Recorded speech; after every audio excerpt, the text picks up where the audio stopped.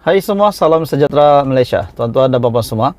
Dalam satu perkembangan yang lain, berkenaan dengan pembentangan Belanjawan 2023, terdapat beberapa komen ataupun terdapat beberapa respon. Sudah pastilah ada yang penerimaan berbeza-beza daripada pihak yang berbeza juga. Dan sudah pasti melalui pemahaman yang berbeza. Akhirnya beberapa komen yang saya dapat lihat setelah selesai Belanjawan 2023 yang dibentangkan oleh Menteri Kewangan di dalam Kabinet Kerajaan Perpaduan yang juga merangkap Perdana Menteri Malaysia ke-10 yaitu Datuk Seri Anwar Ibrahim. Akhirnya beberapa pandangan respon yang setakat ini bagi saya mengejutkan, yaitu beberapa pandangan yang mengatakan bahawa bajet 2023, bajet PHBN mengutamakan negeri DAP dan mengetepikan orang Melayu. Ada yang berpendapat begitu. Saya lihat artikel itu daripada Agenda Daily. Ada juga pihak yaitu CUEPACS berkata bahawa mereka juga lebih kurang tidak berapa setuju dengan pembentangan bajet 2023. Dan hari ini, saudara-saudara, baru-baru ini, bekas Menteri Kewangan pula bersuara. Bekas Menteri Kewangan yaitu Tengku Zafrul Tengku Abdul Aziz yang juga pernah menjadi Menteri Kewangan di bawah pimpinan Muhyiddin Yassin ketika PN menjadi kerajaan, dan juga diteruskan penggal menjadi Menteri Kewangan di bawah pimpinan Ismail Sabri Yaakob di bawah Parti UMNO, Barisan Nasional, dan akhirnya hari ini beliau telah menjadi Menteri MITI. Saudara-saudara, Tengku Zafrul akhirnya bersuara selepas saja Menteri Kewangan hari ini, yaitu Perdana Menteri sendiri Datuk Seri Anwar Ibrahim yang telah membuat pembentangan. Kata Tengku Zafrul, satu pendedahan yang mengejutkan. Beliau berkata, rasa lain sikit belanjawan tahun ini, menurut Tengku Zafrul. Itu adalah kenyataan daripada Menteri Perdagangan Antarabangsa dan Industri MITI, Tengku Datuk Seri Zafrul Abdul Aziz, mengenai pembentangan Belanjawan 2023. Beliau bagaimanapun berkata, kelainan itu bukanlah disebabkan jumlah peruntukan yang disediakan oleh kerajaan, sebaliknya kerana mendengar pembentangan daripada Menteri Kewangan Datuk Seri Anwar Ibrahim. Maksudnya, kelainan yang disebutkan ataupun dimaksudkan oleh Tengku Zafrul ini bukanlah jumlah, bukanlah jenis bantuan, bukanlah mungkin ada beberapa perubahan bagi Tengku Zafrul.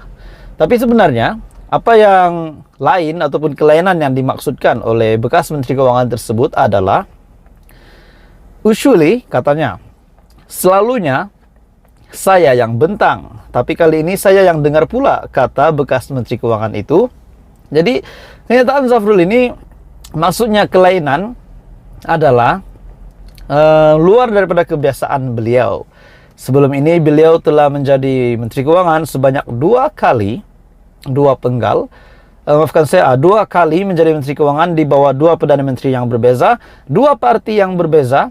Dan pada akhirnya hari ini pula beliau yang mendengar pembentangan tersebut.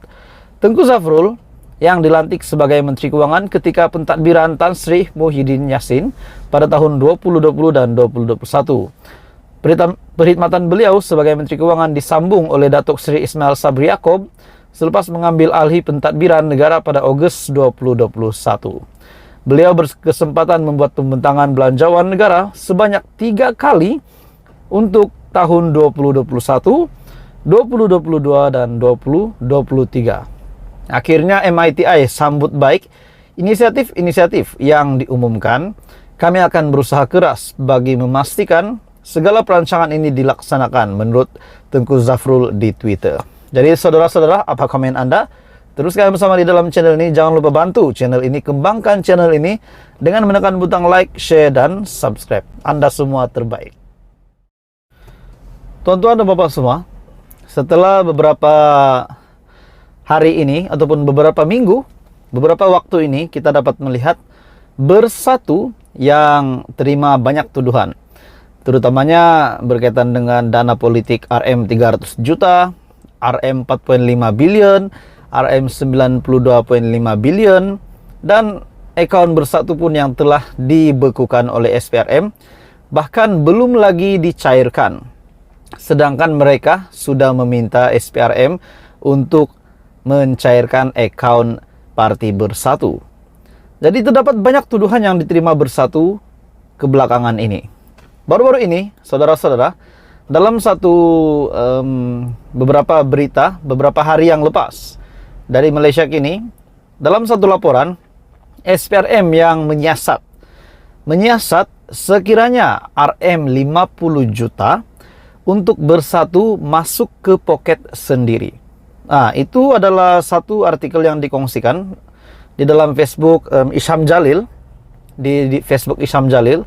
Sumber itu memberitahu bahwa SPRM sedang menyiasat kemungkinan sebahagian dana daripada package rangsangan ekonomi, yaitu sebanyak RM 50 juta itu masuk ke poket sendiri beberapa pemimpin Perikatan Nasional.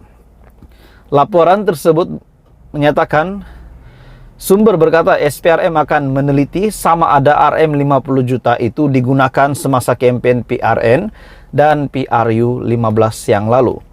Jadi persoalannya, saudara-saudara, adakah RM 50 juta ini diambil daripada dana RM 4.5 billion ataupun RM 92.5 billion ataupun RM 600 billion, dan yang terkini itu adalah satu kita boleh kata tuduhan lah kali, tuduhan ataupun satu lagi kejutan untuk Bersatu, untuk Perikatan Nasional, Suruhanjaya Pencegahan Rasuah Malaysia.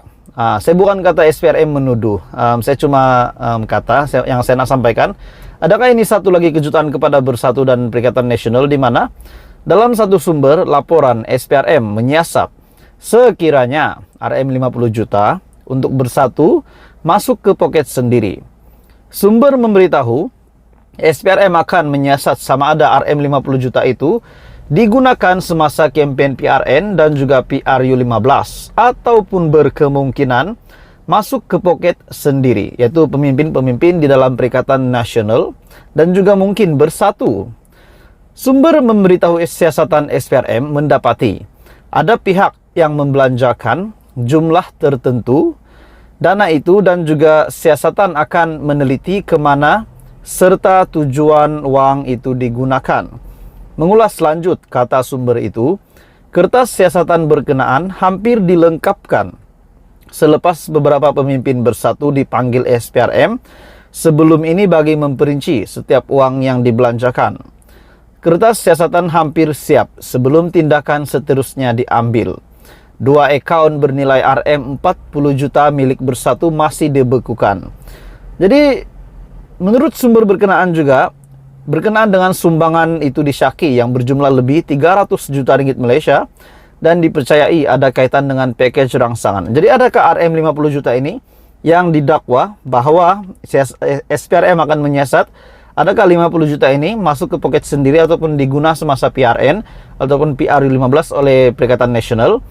Dan adakah RM 50 juta ini dana daripada 10 kontraktor yang menerima pelbagai projek semasa parti itu menjadi kerajaan?